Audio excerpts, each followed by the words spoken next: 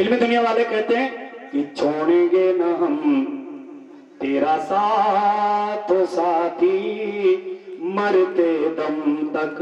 कौन कहता है? पति पत्नी से, पत्नी पति से, कि मरते दम तक, अगले जन्म तक, अगले जन्म नहीं, जन्म जन्म तक, जन्म जन्म नहीं, सात जन्म तक छोड़ेंगे न हम।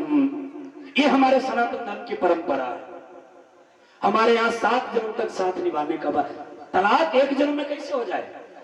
तलाक होती है उनको करने दो, ऐसी स्थिति मत आने दो जो कि तुम अलग अलग हो जाओ, पति पत्नी हो।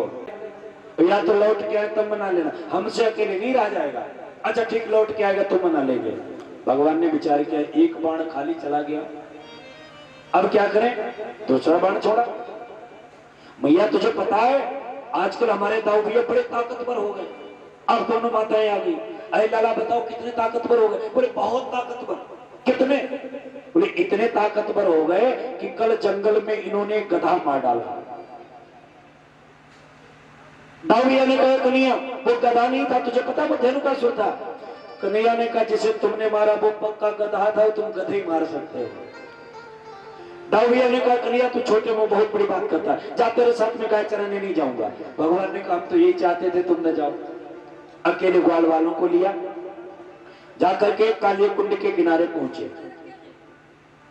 पुराणांतर में कथन आता है कि भगवान ने गेंद का खेल खेला। भागवत जी में ऐसा कोई वर्णन नहीं। भगवान ने गेंद का खेल प्रारंभ किया।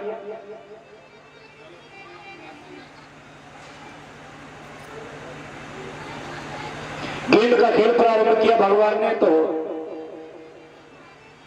गेंद जाकर के काले कुंड में झमक से गिर गई। जो गिरी गेंद काले कुंड में, ग्वाल वालों ने कहा कन्हैया गेंद लाओ, गेंद लाओ, गेंद लाओ। अच्छा ठीक ठीक अभी लाए, यहां से हिलना कोई नहीं, जाना कोई नहीं। भगवान कदम के वृक्ष पर चढ़े, कमर में फेंटे को कसा, झमाक से कूद गए। और जो कूद करके नीचे गए, काले नाग की पत्नियां जाग रही, काले नाग सो रहा है। देखो काले नाग हर समय सोता है।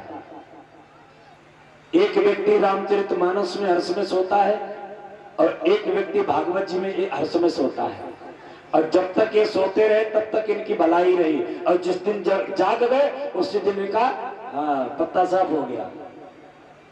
रामायण में कुंभकर्ण सोता रहा, और जब तक सोता रहा तब तक ठीक रहा, जाग गया तुम्हारा ठिकाने लग गया।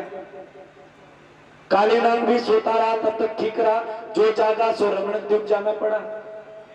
एक काले नाग और कुंभकर्ण क्या है? एक काले नाग और कुंभकर्ण अभिमान का रूप है, दोनों अभिमान का स्वरूप है। जब तक हमारे अंदर अभिमान सोता रहे हम सुरक्षित हैं, और जिस दिन अभिमान जाग गया उसी दिन हमारा सफाया हो जाएगा। तो नाग पत्नियां जाग रही हैं। नाग पत्नियों ने कहा महाराज बड़े भाग्य की आप तेज है जो जिंदा यहां तक आ गए। माता पिता के बड़े पुण्य होंगे जो तुम आ गए, अब जल्दी भाग जाओ यहां से। भगवान ने कहा काय? बोले हमारे पतिदेव सो रहे हैं, अगर जाग गए तो आफत हो जाएगी। भगवान ने कहा कहां है तुम्हारे पतिदेव? बोले वो सो रहे हैं। बोले जगा दो इन्हें। आप जगा ही नहीं। नाग पत्नियों ने कहा महाराज शास्त्र कहता है 7 लोगों को सोते से जगाना नहीं चाहिए। 7 लोगों को सोते से जगाना नहीं चाहिए। कौन कौन? अयीनपम शार्दूलम बालकम वर्रतम तथा परस्वानम मूर्खम च सप्तशतान प्रबोधयेत। 7 लोगों को सोते से जगाना नहीं चाहिए। कौन कौन? बोले अहि नपम शार्दूलम। अहि माने सर्प, सांप को सोते से मत जगाओ। नपम माने राजा, राजा को सोते से नहीं जगाना चाहिए। शार्दूलम, शार्दूल माने शेर, शेर को सोते से मत जगाओ। अहि नपम शार्दूलम बालकम वर्रटम तथा छोटे बच्चों को सोते से नहीं जगाना चाहिए। बर्रटम माने बर्रिया निकाले, इनको सोते से मत जगाओ। न विश्वास हो जगा करके देख लेना कभी। हाँ, बड़ी बढ़िया व्यवस्था बन जाएगी। तो बालकम बर्रटम तथा परस्वानम, दूसरे के कुत्ते को, मूर्खम च, मूर्ख को सोते से मत जगाओ। परस्वानम मूर्खम च सप्त सुप्तान न प्रबोधयेत, इनको मत जगाओ। 7 लोग अगर सो रहे हो और 7 लोग अगर सो रहे हो तो उनको जरूर जगा दो। 7 लोग अगर सो रहे हैं तो उनको जरूर जगा दो। कौन कौन? विद्यार्थी सेवका पंथा, क्षुधार्थी भय कातरा, भंडारी प्रतिहारी च सप्त सुप्तान प्रबोधयेत। विद्यार्थी सेवका पंथा, विद्यार्थी कोई सो रहा है, स्कूल का समय हो रहा, उसे आप जगा दो। सेवक अगर सो रहा है, आपको कोई आवश्यकता है तो आप जगा सकते हो। पंथा, पंथा मतलब रास्तागीर कोई सो रहा है और गाड़ी छूट रही तो उसे आप जगा सकते हो। विद्यार्थी सेवका पंथा, क्षुधार्थी भय कातरा, क्षुधार्थी मतलब भूखा व्यक्ति। भूखा व्यक्ति अगर कोई सो रहा है तो आप उसे जगा करके भोजन करा सकते हो। भय कातरा है, डरा हुआ व्यक्ति कोई सो रहा है, कुछ लोग मारने आ रहे हैं तो उसे तुरंत जगा करके भगा दो। भय कातरा। भंडारी प्रतिहारी च, भंडारी को आप जगा सकते हो, भोजन बनाने वाले को जगा सकते हो।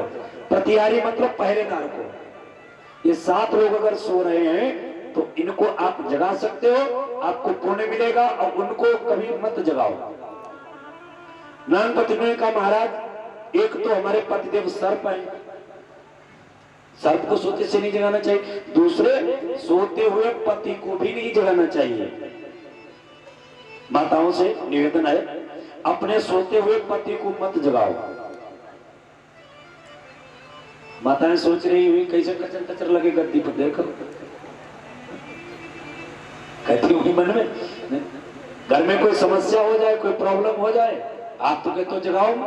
देखो, आपत्ति काले मर्यादा नास्ति। अगर आपत्ति है तो आप जो है मर्यादा का खंडन कर दो, कोई दोष नहीं। तो खामो खाम मत जगाओ, द्वारे पर बजाज खोलो साड़ी ले दो, इसलिए मत जगाओ। हाँ। या एक कप चाय लेकर के उठो, चाय खानी पिए, ऐसा मत करो। सो रहा है पति, सोते हुए पति को जगाने में दोष लगता है, इसलिए सोते हुए पति को मत जगाओ। नाग पत्नी ने कहा महाराज कैसे जगा दे? भगवान ने कहा तुम नहीं जगाओगे, हम जगा लेंगे। जाकर के एक लात मारी, एक तो नाग, दूसरे लात का प्रहार, पागल हो गया, लपेट लिया शरीर में अपने। सर्प का एक नाम है भोगी, भोगी भी कहते हैं इसे। लपेट में जिसको ले लेता है उसको जीवित नहीं छोड़ता है सर्प। नागपाश बहुत तगड़ा होता है। भगवान कन्हैया ने को नागपाश में बांध लिया। भगवान कन्हैया ने अपने शरीर को मोटवाना शुरू किया। इतना मोटे हुए, इतना मोटे हुए कि कालिया नाग का एक एक गुड़िया चटक गया। जो ढीला पड़ा लगाई छलांग, फन के ऊपर पहुंच गए। अब काली के फनाली पर पहुंचे गोविंद, सुंदर नृत्य प्रारंभ कर दिया। वो गजब का नृत्य किया है। तांडव गति मुंडन पर नाचत गिरधारी, बहुत भयंकर नाच किया है, बहुत गजब का तांडव किया। और इतना तांडव किया है, इस फन पर उस फन पर, नवनाग सहस बला, 9000 हाथियों का बल रखने वाला कालीनाग आज परास्त हो गया, रक्त उगलने लगा। अब नाग पत्नियों ने देखा मेरे पति के प्राण चले जाएंगे और मानने वाले आएंगे। बड़े क्रोध में भगवान, नाग पत्नियों ने हाथ जोड़े, महाराज बड़ी विनती की है। नाग पत्नियों ने कहा कि प्रभु, विचार किया, अगर हम कहेंगे कि इनको जिंदा छोड़ दो तो छोड़ने वाले नहीं है, इसलिए स्तुति की है। प्रभु, आपके हम अनन्य सेवक हैं, अनन्य दास हैं, अपना सेवक समझ करके इसे माफ कर दो, क्षमा कर दो। स्तुति जब की है नाग पत्नियों ने, तो भगवान ने कहा नाग पत्नियों, हम तुम्हारी स्तुति से प्रसन्न है, हमसे कुछ मांग लो। तो नाग पत्नियों ने कहा प्रभु, आप अपने चरणों की रज मुझे दे दो, चरणों की रज मुझे दे दो। क्योंकि नाग पत्नियों ने विचार किया कि श्रीमान जी जल में खड़े हैं और चरणों की रज देने के लिए इन्हें ऊपर से नीचे उतरना पड़ेगा और सूखे पर जाना पड़ेगा, तब चरणों की रज मिलेगी। इसलिए नीचे उतरे भगवान चरणों की रज देने के लिए। और जो नीचे उतरे, नाग पत्नियों ने कहा महाराज अपने पति से क्या देख रहे हो? अरे लोग जाओ चरणों में, और नहीं तो दोबारा ठुमके लगाने शुरू किए तो लेने के देने में पड़ जाओगे। फिर लोग जाओ चरणों में। काले नाग चरणों में लेट गया। महाराज मेरी गलती क्या थी जो इतना बड़ा दंड दिया मुझे? भगवान ने कहा, काले नाग तूने यहाँ की सारी वनस्पति जो है विषाक्त कर रखी है, सारा जल दूषित कर रखा है। तुझे मालूम है यहाँ कितने लोगों का हनन रोज हो जाता है? तुम ये स्थान छोड़ करके चले जाओ अभी। काले नाग ने कहा, महाराज एक प्रश्न का उत्तर दे दो, मैं अभी चला जाऊंगा। पूछो। बोले, प्रभु संसार बनाया किसने? भगवान ने कहा, हमने। संसार में सर्प किसने बनाए? भगवान ने कहा, हमने। बोले, महाराज ये जहर किसने बनाया? भगवान ने कहा, सब हम ही ने बनाया। बोले, महाराज वो कौन सा इंजीनियर था जिसने हमारे मुंह में जहर फिट किया? इंजीनियर का नाम बता दो। भगवान ने कहा, वो इंजीनियर हम ही थे, हम ही ने तुम्हारे मुंह में जहर फिट किया। तो काले नाग ने कहा, फिर महाराज हमारी क्या गलती है? अगर जल विषाक्त है, वनस्पति विषाक्त है, तो हमारी इसमें क्या कमी? कमी आपकी। आपने क्यों जहर हमारे मुंह में फिट किया? आपकी गलती भुगतना पड़ रहा हमें। आपने हमारे मुंह में अमृत की थैली लगाई होती, घर में लोग हमें पालते। जहर आपने फिट किया, लोग फन को चल के हमें फेंक देते हैं। गलती तुम्हारी है। भगवान ने विचार किया, बाकी कहीं तक तो ठीक है कह रहा है, गलती तो हम ही ने की। भगवान ने बात बनाई, भाई देखो अगर हमने गलती की है, जहर तुम्हारे मुंह में फिट किया है, तो तुम्हारे लिए स्थान भी तो अलग बना दिया है। आजकल हमारे समाज में अन्य धर्म के लोग जहर बोल रहे हैं। हमारे सनातन धर्म के लिए हमारे घर में बैठ करके जहर बोल रहे हैं। अब कहते हैं कि ये तो हमारा घर है, जहर उगलना हम बंद नहीं करेंगे। अरे तुम्हारे अगर जहर उगलने की आदत पड़ गई है तो तुम्हारा बंटवारा करके दे तो दिया अलग, खुद जहर उगले जा करके। भगवान कहते हैं कि तुम्हारा बंटवारा हमने करके दिया है, रमण द्वीप तुम्हारा स्थान बना दिया ना। तो जहर उगलना है अपने इष्ट मित्रों के अपने यहाँ जाओ ना, खुद जहर उगलो। और अगर यहाँ रह करके तुम रहना चाहते हो तो ये योगी राज का राज्य है, राजनीति से इसका कोई मतलब नहीं। आप उसको राजनीति से नहीं मत जोड़ना। हम कथा सुना रहे हैं, अब भैया ध्यान तुम्हारा कहीं ले जाओ, इससे कोई मतलब नहीं। भगवान कहते हैं मैं योगी राज हूं, और योगी राज के राज्य में अगर जहर बनना है तो चले जाओ यहां से, नहीं तो फन को चल करके फेंक दिए जाओगे। और फन को चले जा रहे हैं, जरा देख लो। अब आप समर्थन कर रहे हो, हम भी बोल रहे हैं। हालांकि राजनीतिक मंच नहीं है, सनातन मंच है, हम राजनीति के बारे में बिल्कुल नहीं बोलना चाहते हैं। हाँ? लेकिन प्यारे इतना जरूर कहूंगा सनातन धर्म के नाते कि अगर यहां रहना है तो विश्व बनना बंद करो, और नहीं अगर विश्व बनना बंद किया तो हम लोग ठीक करना जानते हैं। हाँ। इन गंदी हरकतों को छोड़ जाओ, जो किसी सनातन धर्म की बेटी को पकड़ करके और उसके 35 टुकड़े करके तुम फ्रिज में रख लेते हो और एक एक टुकड़ा रोज फेंकते हो। हम लोग क्षमा नहीं करेंगे इस बात के लिए, तुम्हें ध्यान रखना। अगर हम अपने पर उतर आए तो तुम्हें यहां से भागना पड़ेगा। कारण किस बात की है? इसलिए भगवान ने कहा अगर तुम्हारे मुंह में हमने जहर भरा है तो रमणक द्वीप तुम्हारा स्थान बनाया है, चले जाओ अपने यहां खूब जहर उगलो, जहर उगलो, चाहे जहर खाओ चाहे खिलाओ, कोई मतलब नहीं, क्योंकि वहां सब तुम्हारी प्रजाति के लोग रहते हैं। हमारी प्रजाति में आकर के ये असभ्यता मत फैलाओ। भगवान से कहा कालिया नाग ने, प्रभु हम चले तो जाएंगे लेकिन आपका वाहन गरुड़ खा लेगा, आपका वाहन गरुड़ खा लेगा। भगवान ने मोहर लगा दी, चले जाओ। हमारी मोहर देखने के बाद तुमसे कोई बात नहीं करेगा। और भारत की मोहर जिसके व्यक्ति के लगी हुई है, महाराज किसी देश में चला जाए उसकी रोक तो कहीं नहीं है। अभी यूक्रेन में हमारे भारत के पन्ने फंस गए थे विद्यार्थी, तो मोदी ने साफ कह दिया था कि जिसके हाथ में तिरंगा हो उसके ऊपर उंगली नहीं कोई उठाएगा, ये भारत की मोहर है। अरे गर्व से कहो हम भारत के रहने वाले हैं, भारत की पहचान आज पूरे विश्व में है। प्यारे भगवान ने कहा कि हमारी मोहर लगी है तुम्हारे ऊपर, कोई तुमसे बात नहीं करेगा, चले जाओ। काले नाग ने कहा महाराज फिर आपको भेजे यहां चल करके ऊपर। बोले चलो। काले नाग के फन पर भगवान सवार हुए उधर पूरा ब्रजमंडल इकट्ठा हो गया आकर के काली कुंड के किनारे। तो तब तक लोगों ने क्या देखा, सब कूदने के लिए तैयार हैं, सबको ताऊ भैया ने मना कर दिया मत जाओ। तब तक क्या देखा, जग ने न बने विश्व ने और देखा तब सानंद, अब कालीपन पर नाचता प्रगट हुआ ब्रज चंद, कालीपन पर नाचता प्रगट हुआ ब्रज चंद, कालीपन पर नाचता प्रगट हुआ ब्रज चंद। दौड़ करके मैया ने कहा एक नैया भाग्या जल्दी खा लेगा तुझे नाग। भगवान ने कहा मैया चिंता मत करो, भी हाले कंठी प्रदान किए इसे, हाले चेला बनाया है, ये काटने वाला नहीं। मैया ने दौड़ करके गले से लगा लिया। अब रात में भगवान वहीं रुके, कंस ने वहां जंगल में आग लगवा दी। भगवान ने उस दावाग्नि को पान किया, माने स्पष्ट कर दिया कि अग्नि हमारे मुख से उत्पन्न हुई है। चंद्रमा मनसो जात चक्षु सूर्यो अजायत सूत्राद वायुच प्राणश्च मुखात अग्निर्जायत। वेद भगवान कहते हैं, वेद का मंत्र है।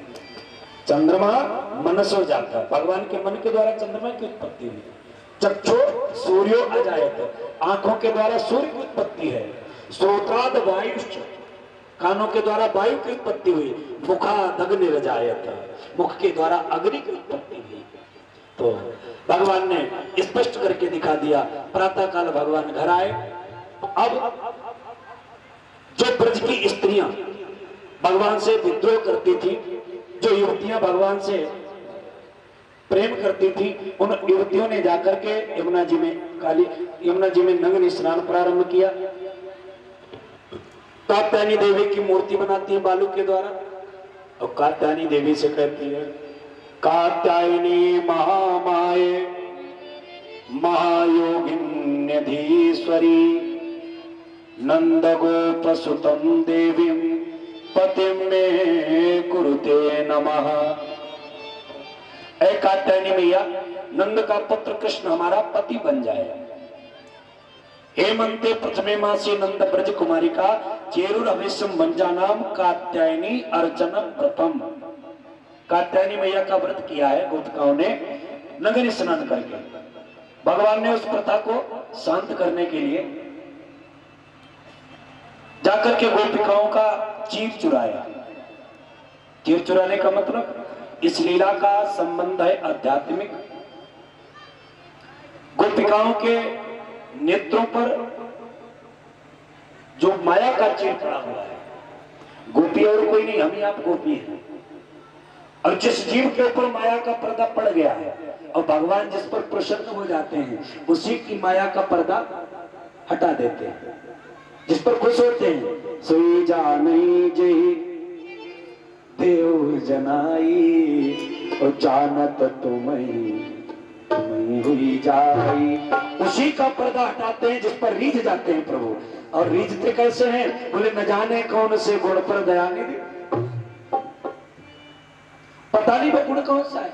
भगवान की कृपा जो है वो गुणाक्षरी है। भगवान की कृपा जो है वो गुणाक्षरी है। गुणाक्षरी का मतलब एक कीड़ा होता है घुन, जो लकड़ी को काटता है। कभी कभी आपने देखा होगा लकड़ी काटते काटते कभी ओम बन जाता है, कभी स्वास्तिक बन जाता है। अब आप कहो कि हम भी अपनी लकड़ी में उस कीड़े से घुन से ओम बनवाएंगे, बताओ बनाएगा कीड़ा ओम? वो तो कैसे बन गया, कब बन गया, क्यों बन गया, वो तो खुद को पता नहीं। तो उसी प्रकार परमात्मा की कृपा का कोई सूत्र आधार नहीं, कैसे हो जाए? अरे महाराज, अगर कभी कहो पूजा करने से मिल जाए, कहो टहलने से मिल जाए। पूजा करने गई सीता जी, पूजा की न अधिक अनुरागा, जाकर के पूजा के निज अनुरूप सुभग बनवागा। तो पूजा की सीता जी ने, और सखियां गई साथ में, एक सखी से संग बिहाई रही गई देखत फुलवाई।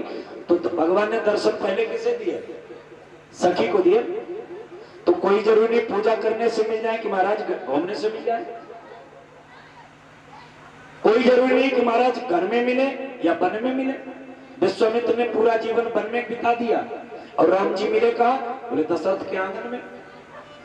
तो कोई पता नहीं न जाने कौन से गुण पर दयानिधि रीझ जाते हैं, यही हरिभक्त कहते हैं, यही सदग्रंथ गाते हैं। कृपा का कोई पता नहीं कैसे हो जाए। तो भगवान गोपिकाओं का चीरहरण किया, दोबारा उन्हें ज्ञान का वस्त्र प्रदान किया है। ये चीरहरण का महत्व है, क्योंकि समय हो चुका है झांकी का, 11 बज चुका है, झांकी भी आने वाली है। तो सोचते हैं मात्र 5 मिनट में गोवर्धन पूजन की कथा को संपन्न करते हैं। अब एक दिन के बाद भगवान कन्हैया गाय गौचारण करके वापस आए तो नगर में डुग्गी पीटी जा रही कि कल गाय चराने कोई नहीं जाएगा।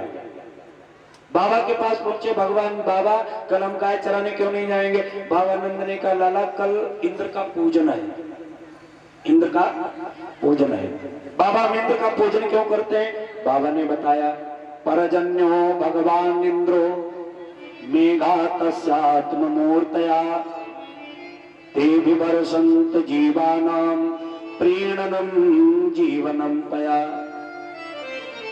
कन्हैया इंद्र 33 करोड़ देवताओं का मालिक है, जब प्रसन्न होता है तो पानी बरसाता है, पानी से घास उगती है, घास हमारी गाय खाती है, गाय दूध देती है, जिससे हमारी वृत्ति चलती है। अच्छा बाबा अगर हम इंद्र का पूजन न करें तो इंद्र पानी नहीं बरसाएगा। अरे बड़ी विडंबना है। तो इसका मतलब जो पूजन करते हैं उन्हीं के यहाँ पानी बरसता है। हाँ बाबा ने कहा बिल्कुल ठीक कहा। कन्हैया ने कहा तो फिर एक काम करो। अरे बताओ? बोले आधे लोग पूजन करो आधे न करो, देखे आधे लोगों के यहाँ पानी बरसेगा। बाबा नंद ने कहा कन्हैया तो है बहुत छोटा लेकिन बातें बहुत टेढ़ी टेढ़ी कर रहा है। तेरे कहने का मतलब क्या है? कन्हैया ने का मतलब एक ही है कि हमें अपना भाग्य विधाता किसी को मान करके बैठना नहीं चाहिए। फिर बोले हमें अपना भाग्य बनाने के लिए कर्म करना चाहिए। कर्म के योग का वर्णन किया है। अब वाकई को न खाओ सुख दुख कर दाता निजकृत कर्म। रामचरितमानस में कर्म की प्रधानता है, गीता जी में भी कर्म की प्रधानता है। कर्मण्येवाधिकारस्ते मा फलेषु कदाचन, कर्म की प्रधानता है। भागवत जी में भी भगवान गोविंद ने बाबा नंद को कर्म योग का उपदेश किया है। कर्मणा जायते जंतु कर्मणि विलीयते सुखम दुखम भयम क्षेमम कर्मणैवाभिपद्यते। बाबा में कर्म करना चाहिए, कर्म से हम अपना भाग्य बदल सकते हैं। भाग्य बनता किससे है? कर्म से। कर्म 3 प्रकार का है। कर्म 3 प्रकार का है। कैसे? बोले पहला कर्म है क्रियमाण, पहला कर्म है क्रियमाण, दूसरा संचित, तीसरा प्रारब्ध। एक कर्म के ही 3 रूप हैं। क्रियमाण कर्म जो हम कर्म कर रहे हैं, खेत में जुताई बुवाई नराई आदि हमने की, ये हमारा क्रियमाण कर्म है। उस क्रियमाण कर्म के बाद में संचित कर्म हुआ, गेहूं तैयार हुआ ला करके हम घर लाए, ये हमारा संचित हुआ कर्म, हमारा संचित कर्म हुआ। और वही गेहूं पिसवा करके रोटी बन करके प्रारब्ध के रूप में हमारे सामने आ गया। तो क्रियमाण कर्म संचित बनता है, संचित के बाद में वही प्रारब्ध बन करके भाग्य कहलाता है। तो हमें अपना कर्म करके भाग्य परिवर्तित करने का अधिकार भगवान ने दे रखा है, तो हमें कर्म करना चाहिए। बोले हम ये चाहते हैं कि पूजन तो हो लेकिन इंद्र का नहीं। बोले फिर? बोले पूजन गिरिराज जी का होना चाहिए। लाला अगर कोई बात हो गई, कन्हैया ने कहा हमारी जिम्मेदारी, कोई बात नहीं होगी तो भाई चलो। दूसरा दिन हुआ, छकड़ों में सामान भरा, भोग की सामग्री भरी, सब जाकर के गिरिराज जी के पास पहुंचे। 56 प्रकार के व्यंजन। गोपिकाओं ने कहा देख कन्हैया तेरे कहने पर हम गिरिराज जी का पूजन तो कर रहे हैं, लेकिन शर्त एक है कि तेरे देवता को प्रकट होकर के भोग की सामग्री लेनी पड़ेगी। हाँ ठीक है, मैं स्वीकार है मुझे। तो बताओ पूजन कैसे हो? सबसे पहले गिरिराज जी को स्नान करवाओ। तो दूर रही गंगा जी यमुना जी, तो सुबह 5 बजे स्नान में नंबर लगा और शाम के 7:40 हो गए, लेकिन अभी गिरिराज जी का नाखून तक गीला नहीं हुआ। छोटा मोटा देवता हो जल्दी नहा ले, स्नान हो जाए। 7 कोस का देवता, स्नान कैसे हो पाए? शाम को हारे थके ग्वाल वाल सब कमर पे हाथ रख करके खड़े हो गए, कन्हैया हम नहीं कर पाएंगे तेरे देवता का पूजन। क्यों? अरे सुबह से स्नान करा रहे, अभी स्नान तक नहीं हो पाई। अच्छा तुम चाहते क्या हो? बोले हम चाहते गंगा जी यही प्रकट हो। भगवान ने मन के द्वारा वहां गंगा जी प्रकट किया है, मानसी गंगा। बोलिए मानसी गंगा मैया की। मानसी गंगा का प्राकट्य हुआ, स्नान कराई, स्नान के बाद गोपिकाओं ने खोट खोट करके चढ़ाना शुरू किया। भगवान ने कहा नहीं खोट खोट के नहीं। बोले फिर? बोले अपनी तालों से दुसाले हटा लो, आंखें बंद करके खड़ी हो जाओ। सब खड़ी हो गई। तो भगवान ने क्या किया, एक रूप में तो ग्वाल वालों के पास खड़े, एक रूप में गिरिराज के अंदर प्रवेश हो गए, मुंह खोल दिया। अब एक एक थाल उठ करके जाती है कन्हैया के मुंह में, गिरिराज जी के मुंह में प्रवेश कर रहे हैं। एक गोपी ने आंख खोल करके देखा, बहन ये तो बहुत बड़पेटा देवता है, अरे बर्तन तक खा रहा है, देखो वापस नहीं कर रहा है। कन्हैया से गोपिकाओं ने कहा, कन्हैया ये भी कोई तेरे देवता की आदत हुई, सारा भोजन खा रहा, हम क्या खाएंगे? भगवान ने कहा खाए तो आप, न खाए तो आप। दुसाले डाले, भगवान ने जरा सा मुस्कुराया, 56 प्रकार के व्यंजन थालों में विद्यमान हो गए। गोपिकाओं ने बड़े श्रद्धा से पूजन किया। बोले अब क्या होना चाहिए? बोले अब परिक्रमा करो गिरिराज जी का। अब देखिए सबसे पहले हमारे प्रमुख यजमान हमारे आदरणीय राहुल श्रीवास्तव जी जाकर के गिरिराज जी का पूजन करेंगे। उसके बाद में इनके परिवार के लोग, इनके रिश्तेदार लोग, गांव नगर के जितने भी लोग हैं जो पूजन करना चाहें वो सब लोग आकर के गिरिराज जी का पूजन करें। देखो आपके 10-20 रुपए से हम रईस होने वाले नहीं। आप लोग ऐसा मत सोचना कि पंडित जी रोज एक नई व्यवस्था बताते हैं पैसा ऐंठने के चक्कर में, ऐसा कुछ नहीं। पैसा हमारे राहुल भैया ने बहुत दिया है और बहुत देंगे। और राहुल भैया की बात छोड़ो, हम तो ठाकुर जी से मांगते हैं, बाकी मांगते नहीं किसी से। तो आपके 10-20 रुपए से हम रईस होने वाले नहीं, लेकिन जो धर्म है, जो पुण्य का अर्जन हो रहा है, वो आप उससे वंचित न रह जाएं, इसलिए आपको प्रेरित करते हैं। सब लोग गिरिराज जी नहीं पहुंच सकते हो, सब लोग गिरिराज जी नहीं पहुंच सकते हो। पहुंच सकते हो तो कम से कम 4-6 दिन लगेंगे, 1000-2000 रुपए खर्च होंगे, और यहाँ 10-20 रुपए में पूजन करके आप जो है उसी फल के भागी बन सकते हो। तो वेद भगवान कहते हैं भावो ही विद्यते देवा न पाखाने न मर्मय। भाव में ही परमात्मा है, न तो पर्वत में है और न किसी मंदिर में। तुम्हारा भाव जहां पुष्ट हो जाए वही परमात्मा है। इसलिए अगर आपका भाव है गिरिराज जी का तो आप आकर के सब लोग पूजन करें। जाओ पंडित पूजन कराओ। और पूजन होगा, इधर परिक्रमा भगवान ने प्रारंभ करवाई। सबसे पहले परिक्रमा उठती है दान घाटी से। नीचे पहुंचो, नीचे जाओ। बोलिए वृंदावन बिहारी लाल की। आज सबसे पहले दान घाटी से परिक्रमा उठी, ग्वाल बाल थोड़ा आगे बढ़े, भगवान कन्हैया रास्ते में लंबे लंबे लेट गए। एक गोपी ने पूछा पूंछरी को लोटा है, उस स्थाने का नाम पड़ गया पूंछरी को लोटा। पहला पड़ाव दान घाटी से परिक्रमा उठा, पहला पड़ाव पूंछरी को लोटा में, दूसरा पड़ाव जतिपुरा में, तीसरा पड़ाव राधा कुंड पे, चौथा पड़ाव कृष्ण कुंड पे, और 5वें पड़ाव में सब लोग आकर के फिर दान घाटी पर ही आ गए। ये परिक्रमा मार गए। सभी लोगों ने परिक्रमा किया। आइए बड़े भाव से गिरिराज जी भगवान की स्तुति गाएंगे। और जिनको पूजन करना है विलंब न करें, जल्दी जल्दी उठ करके आए, फटाफट पूजन करें। और हमारे भाई लोग भी पूजन करना चाहें तो आकर के श्रद्धा से पूजन करें।